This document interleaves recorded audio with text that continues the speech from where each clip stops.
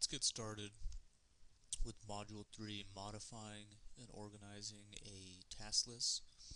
In this particular module, we are going to be working through inserting, moving, and deleting tasks, and we'll also start to create outlines to group tasks and create a hierarchical structure.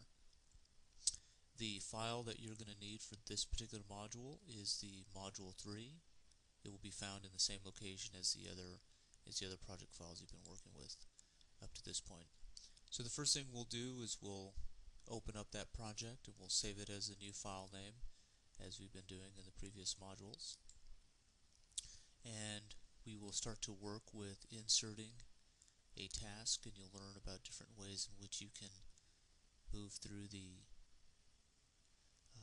your existing schedule and insert tasks. We'll also learn how to move tasks, grabbing a task from one section, moving it to a different part of the actual schedule, and then deleting a task. We'll also learn about the undo, and then we'll also work through outlining the task list, and you'll learn about new terms in this particular section. For example, working with summary tasks, and also enabling the project summary task, which is line item 0 in your schedules. We'll also learn about best practices when naming tasks.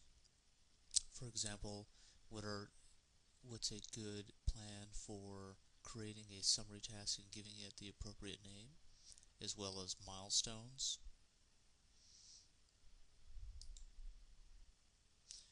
And here we're going to learn how to enable the project summary task. And then we'll work through indenting tasks, as well as outdenting tasks, in order to get a proper hierarchical structure, outline structure for our schedules. We'll also learn how to hide and show subtasks. And then we'll conclude with the Module 3 recap. So in this module, I should have the Module 3 open. I'm going to proceed with saving this as a new file name.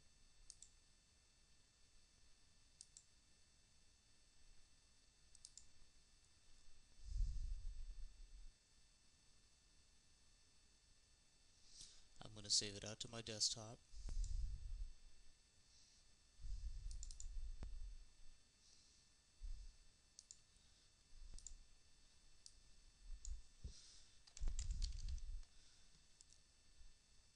Call it Module 3.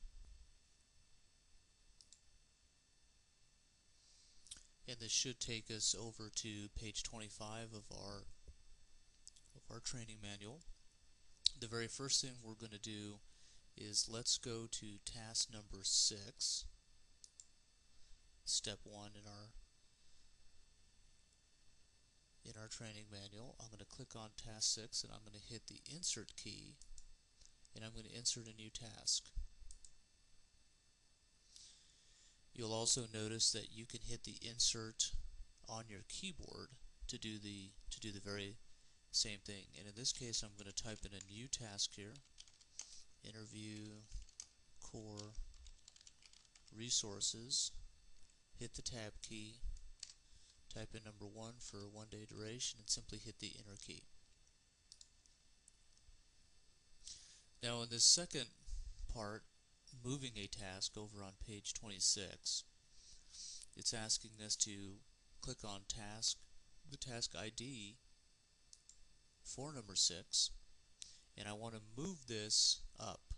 Now I can always copy and paste these particular tasks, but in this case I just simply want to move it. So I want to click on the row selector.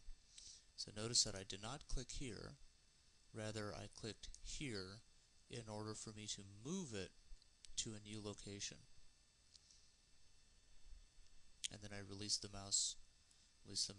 So I just grabbed it. I'll go ahead and undo that and do it again. There it is. Again, I did not click the actual cell, but I clicked the row. I waited for my crosshairs to show up, and then I just grabbed it and moved it to the new to the new location. Okay. Deleting a task is going to be simply a matter of clicking the row selector again.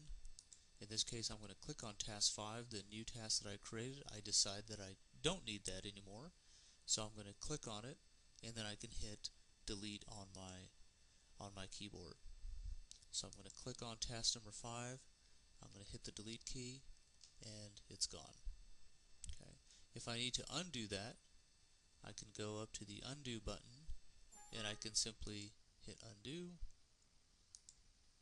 and it brings that back.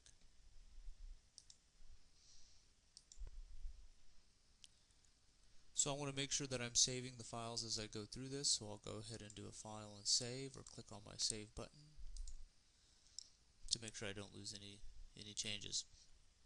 So moving over to the next section here, outlining the task list, you'll notice that you see some new terms, namely the summary task, project summary task, and detail or subtasks.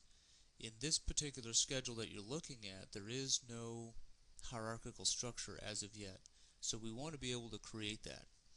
And looking at the terms under summary task, it is essentially defined as a task that is made up of subtasks, and it summarizes those subtasks. So as you work through your schedule, what you're thinking about is, how can I group tasks together and organize them away so that they are grouped? Well, when you do that, you are creating summary tasks. The other term that you're looking at here, the project summary task, defined as a brief description of the entire project, and it will always be line item 0 up here at the top.